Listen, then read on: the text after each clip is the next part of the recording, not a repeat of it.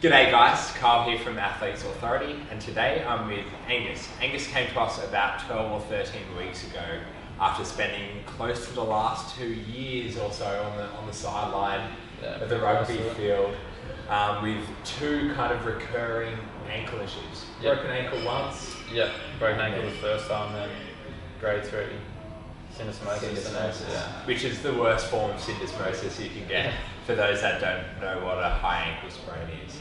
So I guess we'll start there. Angus has had a lot of experience in academy systems. You were part of the Generation Blue under 20s program for the Waratahs, and then you moved from Tamworth to Sydney. Yeah, big move.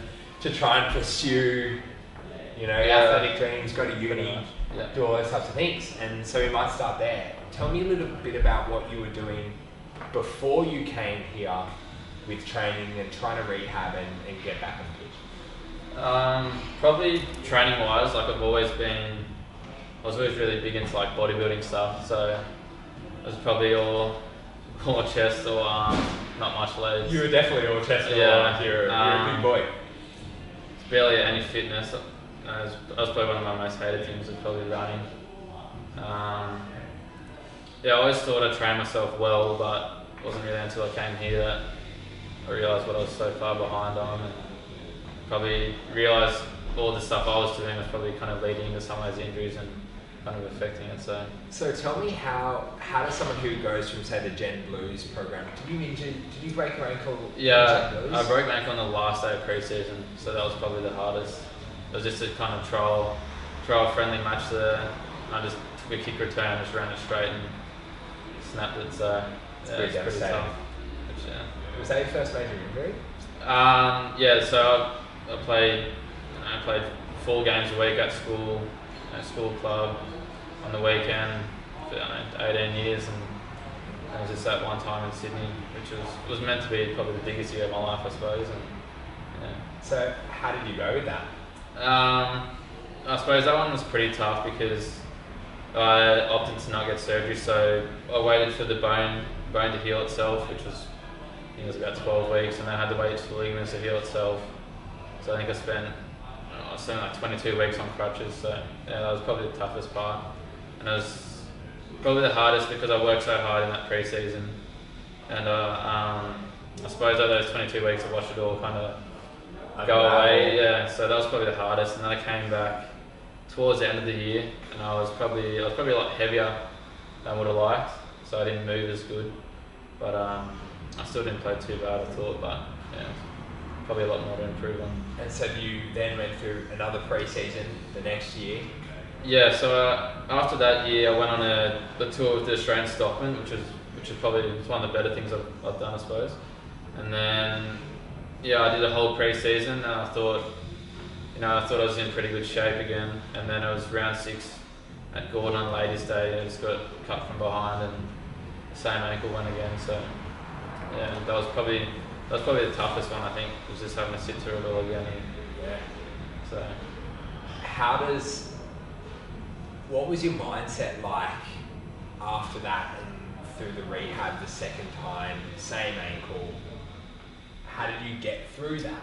I was probably say the second time was a lot harder because I did all the rehab the first time at the Waratahs, so it was just turn up, physios all hands on.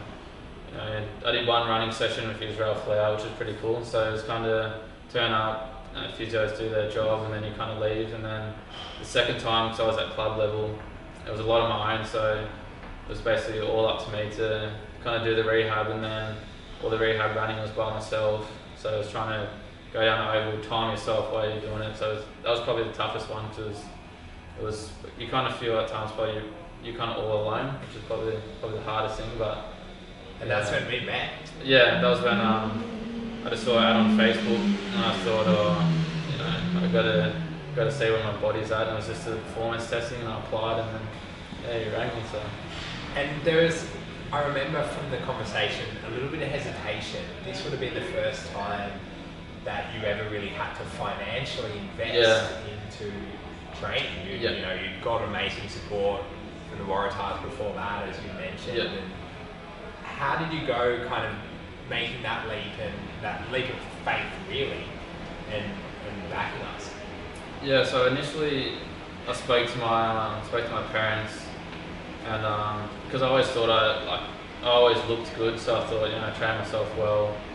And then I had a conversation with my dad, and he kind of said, I think what you're doing now is it's no longer working. Whereas in the junior footy, I was a lot bigger than everyone, so it's kind of as long as I was bigger and stronger, I was just running through them. But it gets to a point where that doesn't really work anymore. So we kind of went back to the drawing board, and they kind of said, you can't really risk another injury. So when I spoke to you, kind of talked about it, and I said I was lucky I was meeting my parents that weekend, and I said I'll have a good chat to them over the weekend, and then we'll get back to it. And then I know as soon as we got off the phone that I was going to join, and that was probably a risk I knew I had to take to probably save my career in the end. So tell me about that. You came in for performance testing. You signed. You joined. Yeah, came in and met everyone, which was good, and then got straight into it. So tell me about that. How was your first 12 weeks with us? Yeah, it was good.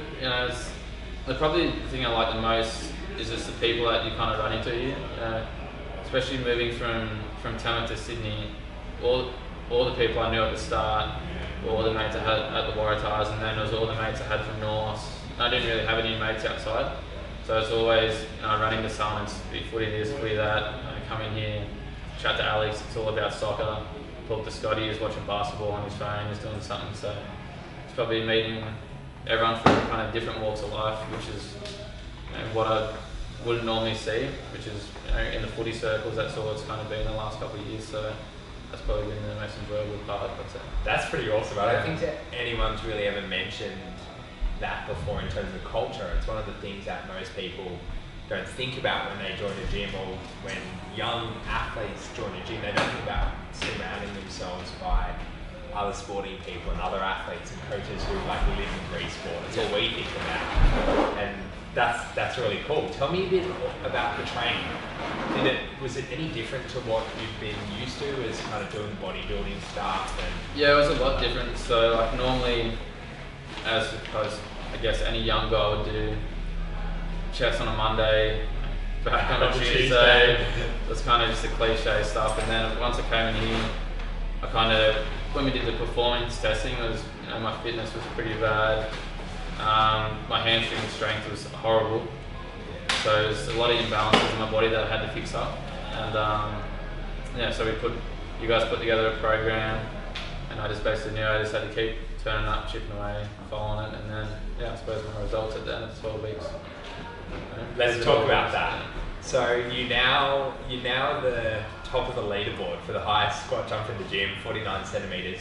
It might not sound a lot, but essentially a squat jump, you have to get rid of all momentum. You have to hold a bottom position for 4 seconds or thereabouts, and then jump up. So to jump up half a meter, it actually takes a cake as the highest squat jump in the gym. But that wasn't even the most impressive result you got. You went from about a 43 mils per kilo VO2, which is probably on the lower end for a winger, for an outside back. But you'd had a terrible lead up for those last 3 years. You hadn't had opportunities to work on your fitness. And we kind of targeted that as saying, look, Gus, we really need to get this up to par, because fatigued athletes don't move as well at the back end of games. Fatigued athletes time will quickly make bad decisions. And all those things can kind of culminate in potentially an injury.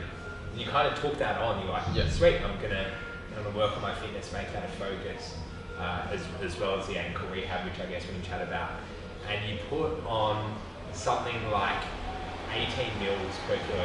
You're close to, I think you're maybe about 60 mils per kilo now from 43. Yeah. Just crazy improvements.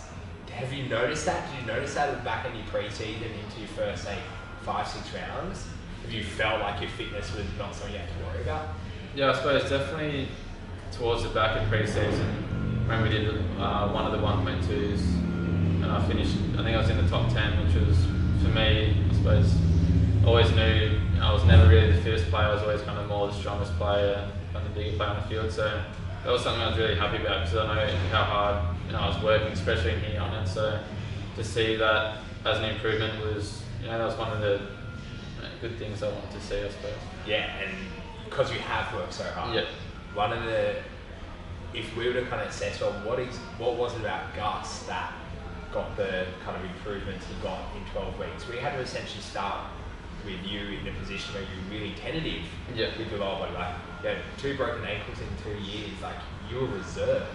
So to get you from like a reserved kind of hesitant athlete to where you are now, we go, well, how does that happen? And one of the things we noticed with you was the work ethic.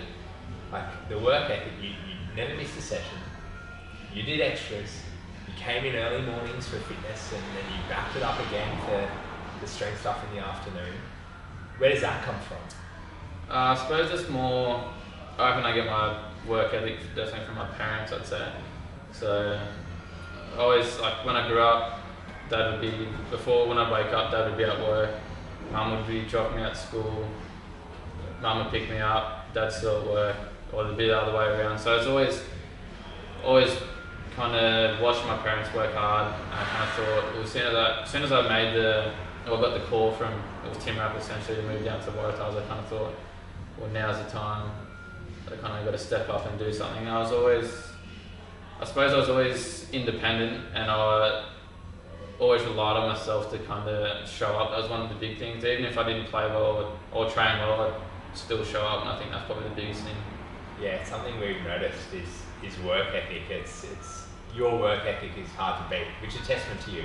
Like the results that you achieved in the last 12 weeks, I think pretty much everything went up. Your hamstrings are bulletproofed. You don't worry about your ankles. You're doing advanced kind of hot drills onto foam and all sorts of stuff that weren't possible before. You're not worrying about your ankles anymore when you play. No. Which is, that's a relief. That's a huge relief, right? But if we look at it, that's not us. That wasn't radical training. It was just the right environment and the right work ethic. It was kind of the perfect combination. I suppose I knew in the end the work had to be done, and the only person that's going to do it is me. So, testament to you, mate. Kind of in closing in this kind of chat, what do you have to look forward to now? You've found out that there's an old 5-year-old injury that we might have to kind of work around now. Tell us a little bit about that. Yeah, so for the last 5 years, I suppose, I've always had a bit of, I dislocated my shoulder. It was 5 years, it was mucking around at school, which is probably the funny part. But I've kind of played with it the last 5 years, and I suppose if I never hurt my ankle, I probably would have got it fixed up. But it was just the last 2 years I worried about that, and then I'd always kind of jam it up in games, and then kind of go a bit numb, and I suppose I kind of got used to the feeling, and I kind of probably just put it in the back of my mind. But I finally got it scanned this week, and I've got a tear in the labrum and a cyst on the ball of my shoulder, so I suppose that's the next thing I've got to kind of challenge and fix up. But another setback, hey? Yeah, but it's a setback, but I suppose I kind of knew it was going to come in the end because it's been so bad for so long. But I suppose it is what it is. Just got to get it fixed up, get back into it. And something we noticed after we heard the news and we kind of spoke a bit about it, you don't seem so despondent about it. You seem pretty positive. Yeah, I think just gonna tackle it and move on. I suppose especially like the last 2 years, like I don't think an athlete can probably have a harder 2 years. So I suppose in the end, it wasn't ideal, breaking my ankle twice, but I think it's made me a kind of a stronger person. And the kind of little injuries that I would have moped about before and kind of sucked about, I kind of think well, in the end it's only going to make you stronger. And it's got to, I suppose 2020's got a nice ring to it. It might be my year, I'm hoping. So it's just fixed it up. I'm in the best hands here as it's been shown. So I think it'll be unfortunate if I can't play the rest of the year, but it's going to be a big year next year, I hope. I guess we appreciate you being here. You've been an amazing contribution, and we kind of feel like your family. So I guess we need to probably say thank you to you too for putting your faith in us back then. You didn't know me. I called you out of the blue. Yeah, really kind of cool. Like you have to, I guess, back us. Yeah. And we're so happy that the ankles are now not a problem. And we'll just continue to bulletproof that. Once we figure out exactly what's going on with the shoulder, we'll work through that. Yeah. And it'll just keep jumping over those obstacles till there's not much to jump over. Hey, Yeah. cheers, Gussie. Alright, thanks, Thanks, Adam. man.